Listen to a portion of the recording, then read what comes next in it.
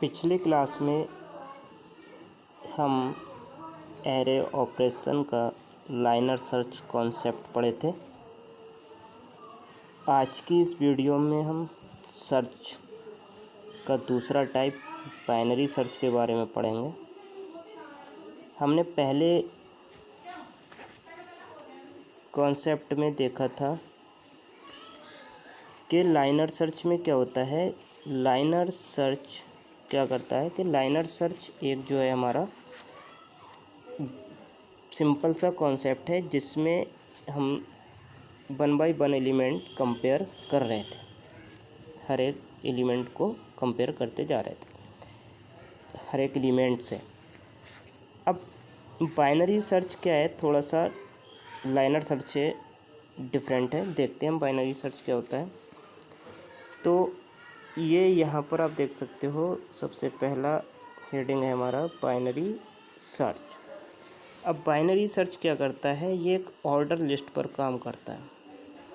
मतलब binary search के लिए ज़रूरी है कि जो हमारे पास लिस्ट है वो एक पार्टिकुलर ऑर्डर में हो, चाहे वो ऑर्डर हमारा असेंडिंग हो या फिर हमारा ऑर्डर डिसेंडिंग हो। बाइनरी सर्च जो वर्क करता है वो एक पार्टिकुलर ऑर्डर लिस्ट पे वर्क करता है। अगर हम पहले तो हमें ये देख करना जरूर चाहिए कि अगर हम जो एरे में एलिमेंट्स एंटर कर रहे हैं वो एक ऑर्डर में करें। अगर हम ऑर्डर में नहीं करते हैं तो फिर हमें उसे क्या करना होगा, उसको अरेंज करना होगा एक ऑर्डर में। ठीक है, तो ऑर्डर लिस्ट पर सर्चिंग करने के लिए जो सबसे इफ़िशिएंट मेथड है वो है हमारा बाइनरी सर्च। अब बाइनरी सर्च में क्या होता है, इसमें बाइनरी सर्च के लिए हम लिस्ट को क्या करते हैं कि 2 पार्ट्स में डिवाइड कर लेते हैं। मतलब फॉर एग्ज़ाम्पल 1 1 2 3 4, ये हमारा 0 1 2 3 4 है। तो इसको पहले हम क्या करते हैं, इसको 2 पार्ट में डिवाइड करते हैं। मतलब इस हम लिस्ट को, मतलब एरे को 2 पार्ट्स में डिवाइड करेंगे, 2 पार्ट्स में। तो उससे क्या होता है, 2 पार्ट्स में डिवाइड क्यों करते हैं कि अगर हम एक लिस्ट में, एरे में हम जो नंबर एंटर कर रहे हैं और हमने उसको एक पार्टिकुलर ऑर्डर में एंटर किया है, तो सिंपल सा है कि जो स्मॉलेस्ट नंबर होंगे मिड पॉइंट से वो ऊपर होंगे और जो लार्जेस्ट नंबर होंगे लिस्ट से वो नीचे होंगे। इसलिए हम इसको क्या करते हैं, इसको डिवाइड कर लेते हैं 2 पार्ट्स में। जैसे यहाँ पर इन्हें दे रखा है कि this is searching technique in which each comparison either locate an item for the target value or divide the remaining list in half. Correct, क्योंकि the array is an order ascending or descending. It will be necessary to repeat this process on 1-2 segment, thereby reducing the remaining search operation very rapidly. तो इस concept को use करने से क्या होता है कि हम बड़े से बड़े एरे को में से भी किसी पार्टिकुलर नंबर को ईज़िली सर्च कर सकते हैं। और जहाँ पर हमारा ह्यूज अमाउंट अगर एरे में स्टोर है, तो बहुत ज़्यादा नंबर है, बहुत बड़ा एरे है, तो उसमें भी हम आसानी से 1-2 सेगमेंट रिपीट करने से उस नंबर को फाइंड कर लेते हैं। ठीक है, तो अभी आगे देखते हैं इसमें।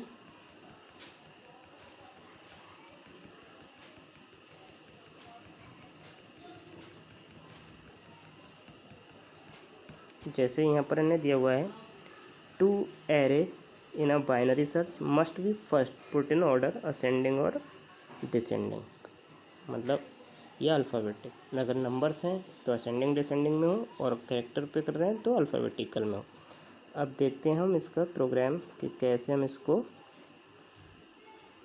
सर्च करेंगे बाइनरी सर्च में प्रोग्राम। तो यहाँ पर ये क्वेश्चन है कि प्रोग्राम यूजिंग बाइनरी सर्च। हमारे पास क्या है, एक 100 इंटीजर का हमने एक एरे डिक्लेयर किया। अब यहाँ पर हम 100 नंबर इनपुट नहीं करेंगे, क्या करेंगे, यूज़र से पहले पूछेंगे, क्वेश्चन करेंगे यूज़र से कि कितने एलिमेंट वो एंटर करना चाह रहा है। ठीक है, और एक हमने ये टर्म वेरिएबल लिए हुआ है जो हमने सर्च के लिए लिया हुआ है। अब हमने जैसे बताया कि बाइनरी में क्या करते हैं, बाइनरी सर्च में एरे को 2 पार्ट्स में डिवाइड, तो उसके लिए ये 3 वेरिएबल्स हैं हमारे पास कि स्मॉलेस्ट, इंडेक्स, हाईएस्ट इंडेक्स और मिड वैल्यू। आई के लिए लूप के लिए आई हो गया, और एन हो गया कि आप पूछोगे कि कितने नंबर आपको इनपुट करने हैं। ये टेम्परेरी वेरिएबल है जिसमें हम कंपेयर करेंगे, अगर ये है तो सक्सेसफुल, नहीं है तो अनसक्सेसफुल। ठीक है, तो आगे देखते हैं इस क्वेश्चंस को।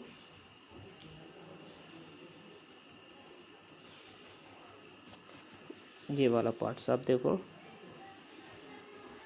इसमें इन्हें पूछा है enter number of elements in an array. कितने एलिमेंट्स आपको एरे में एंटर करने हैं। जैसे आपने कहा कि 5, तो एन की वैल्यू यहाँ पर हो गई 5, मतलब अब हम जितने करेंगे 5 एलिमेंट्स। अब यहाँ से ये वाला पार्ट, इस पार्ट से क्या होगा कि आप ये जो 5 नंबर हैं उनको एक असेंडिंग ऑर्डर में इनपुट करोगे। तो सिंपल सा है, हम एरे में पढ़ते आ रहे हैं कि एलिमेंट्स को इनपुट कराने के लिए क्या है, हमें लूप का यूज़ करना होता है एरे में। वो सिंपल सा हमने यहाँ से किया। ठीक, अब फिर यहाँ से इस वाले में क्या होगा, ये जो कॉन्सेप्ट है हमारा ये है कि आप किस नंबर को सर्च करना चाह रहे हो। आपने जो 5 एलिमेंट्स इनपुट किए उसमें से कौन सा नंबर आपको सर्च करना है वो आप यहाँ पर बताओगे, तो वो किसको आ जाए, स्टोर हो जाएगा टर्म में। ठीक है, अब हम क्या करेंगे, यहाँ से हमने एक जो एरे बनाया, मतलब 5 एलिमेंट्स हम इनपुट करेंगे, 1 2 3 4 5, तो 0 1 2 3 4। तो लो इंडेक्स की वैल्यू 0, हाई की n-1, तो n कितना है 5 5 - 1 मतलब 4। ठीक है, तो इसमें हमारा लोएस्ट इंडेक्स और हाईएस्ट इंडेक्स हमें यहाँ से हमने पता कर लिया कि हमारा लोएस्ट इंडेक्स और हाईएस्ट इंडेक्स क्या है। अब लोएस्ट और हाई इंडेक्स पता हो गया, अब हम उसकी मिड वैल्यू निकालने के लिए क्या करेंगे, यहाँ पर देखो, पहले तो हम क्या करेंगे, लूप चलाएंगे। यहाँ हमने लूप चलाया कि लूप कब तक चलेगा, 0 से स्टार्ट होगा और is less than equal to high तक, मतलब 0 to 4 चलेगा। अब मिड वैल्यू निकाली हमने यहाँ पर। मिड वैल्यू निकालने के लिए क्या है हमारे पास कि लो प्लस हाई, मतलब 0 + 4 / 2, तो हमारे पास क्या हो गया, मिड वैल्यू 2। जैसे हमारे पास हमने अभी बताया कि ये कह रहे हैं हमारे पास 1 2 3 4, अब यहाँ पर 0 1 2, ये वाली इस इंडेक्स की जो वैल्यू होगी वो हमें मिल गई। अब हमने क्या करेंगे, जो हमारे पास टर्म आया उसको चेक करेंगे। टर्म जो हमने सपोज दैट हमने यहाँ पर जो वैल्यू इनपुट की, अब उस टर्म में हमने जो वैल्यू दी, अब वो सर्च करेगा is less then A mid, मतलब मान लो हमने यहाँ पर दिया 8 और यहाँ पर है 1 5 9 6 7, तो यहाँ चेक करेंगे 8 is less then A mid. A mid मतलब 2 पे क्या है 9, तो लेस देन मिड है तो क्या करेगा, हाई बराबर मिड -1, हाई बराबर मिड -1, तो मिड क्या है हमारा 1 इससे कम हो जाएगा। अगर बड़ी वैल्यू होगी तो वो पीछे की तरफ वर्क करेगा। अब ये सारी कंपैरिजन होने के बाद आप यहाँ पर सीधा सा क्या करेंगे, हम प्रिंट करा देंगे। ये अब नहीं है, यहाँ पर प्रिंट सर्च सक्सेसफुल, और किस लोकेशन पे मिला है वो लोकेशन और क्या ढूंढ रहे थे वो फ्लैग हो जाएगा 0, यहाँ से हो जाएगी कहानी ब्रेक। तो ये था हमारा बाइनरी सर्च। तो सर्च का हमारा जो कॉन्सेप्ट था, जिसमें हमने पिछली क्लास में लाइनर सर्च और आज की क्लास में हम बाइनरी सर्च पढ़े, तो सर्चिंग टेक्निक हमारी कंप्लीट हो गई। आई होप कि ये आपको वीडियो समझ आया होगा।